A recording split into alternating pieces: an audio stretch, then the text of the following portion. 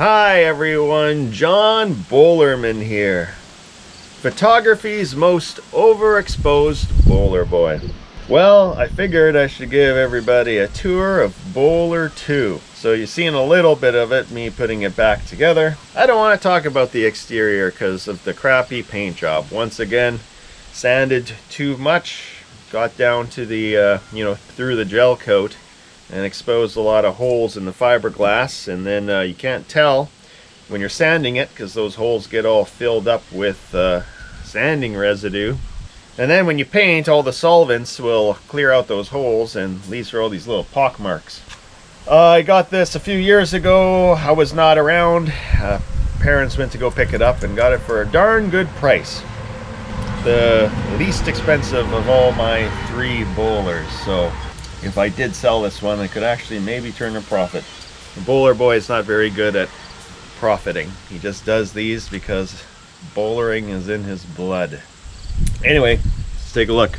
So, I mean, the color is great. I added that porch light there. I added nice LED side markers. Also, I used the old belly band, and the guy had gunked up a lot of, he just puts like sealant everywhere. I don't know if the guy who I bought it from did that, but this is how it came. It was just gunked up. This whole bowler was so gunked up with stuff. It took forever to scrape it off. But you can see it left a lot of scratches and damage here. So I would definitely buy a new belly band. That will happen one day. LED lights from Princess Auto. Used to be holes here for the spare tire. I closed that up. New nice LED license plate holder. Painted the furnace vent. New inlet. Also need to buy hubcaps for that too. The price of those have gone up exorbitantly, so I haven't bought any yet. Hi, Birdie! Hi! Oh, it's a Birdie. Okay, we had to rebuild the door because these always leak. Water gets in through here. This is a wood structure on the inside of the fiberglass, and if you don't drill holes in the bottom too, it just accumulates, warps as things rot. Just buy a new handle. Never go and try to refurbish the old one, because I took it to a locksmith. The guy charged me like 3 times the cost of a new one. So here's the rebuilt door. So that's hollowing it all out, cutting slats of plywood, gluing them in or just glassing them in, and then covering it again with fiberglass. Birdie, that's you. All right, let's take a look. Holy moly, how beautiful is that? Now you have to appreciate the fact that this thing looked like crap, as they all do when you get them. Let's just start with the bench here. So, new fabric, love that fabric. So I went with the 70s aesthetic. On my renos, I try to make everything as, original as possible, just updated. So all the configuration is basically the same and just updated, nice and clean, everything new. So I love that fabric. Got it from Fabricland, the worst place, because they're just such miserable old Helens and former Karens. When they get really old, they turn into Helens. Hi, Birdie. But they got a good selection, can't deny that. So wonderful 70s nostalgic fabric, and the curtains are all ruffled, so apologize for that. But I went with a mint green accent, and it looks fantastic. Kitchenette. Once again, everything stays the same, except I put a big fridge in it as I cut out the drawer that's there to make room, because beer is more important than cutlery. New outlet with USBs. That switch there is for the water pump. New faucet, but kept the old hinges, and that's actually what inspired me to do the copper trim. Birdie, you gotta move because this is gonna close. Birdie, you're gonna close. It's gonna close on your feet, Birdie. Jump. Okay, she climbed up. So this copper inspired me to do the copper trim in here. I think it goes well with the orange. Copper trim there. Nice fridge.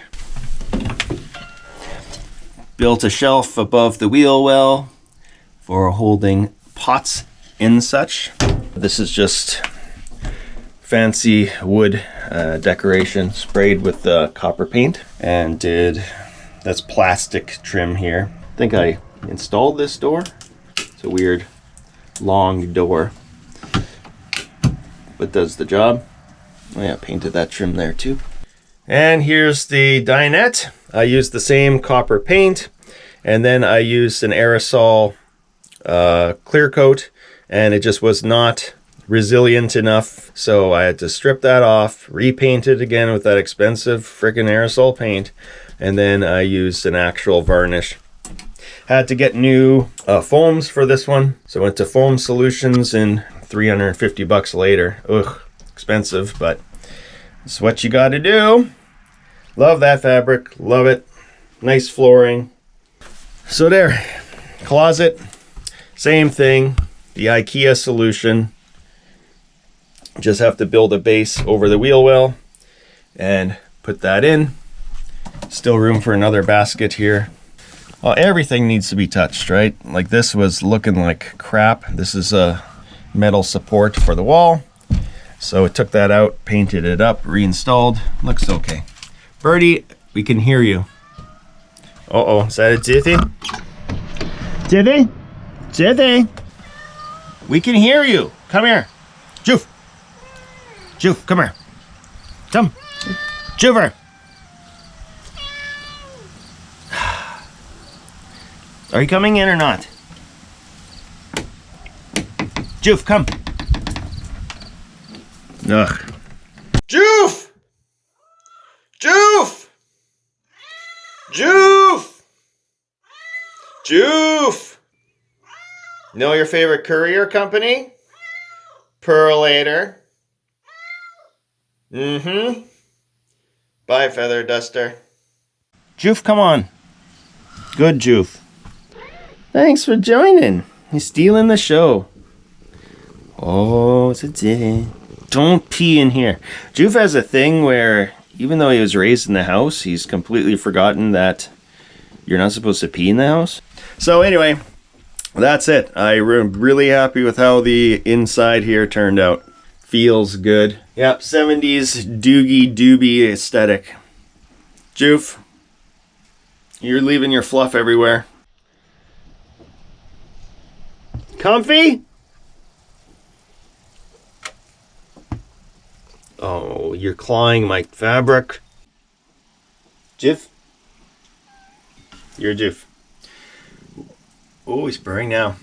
I stayed on here only one night this summer when little Liam slept on the bed here, and then Uncle John crashed on the bench here after a late night with his father and Jug.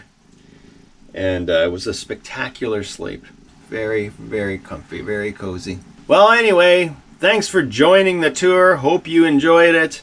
Good luck on your stupid bowler project. Joof, you're ruining everything.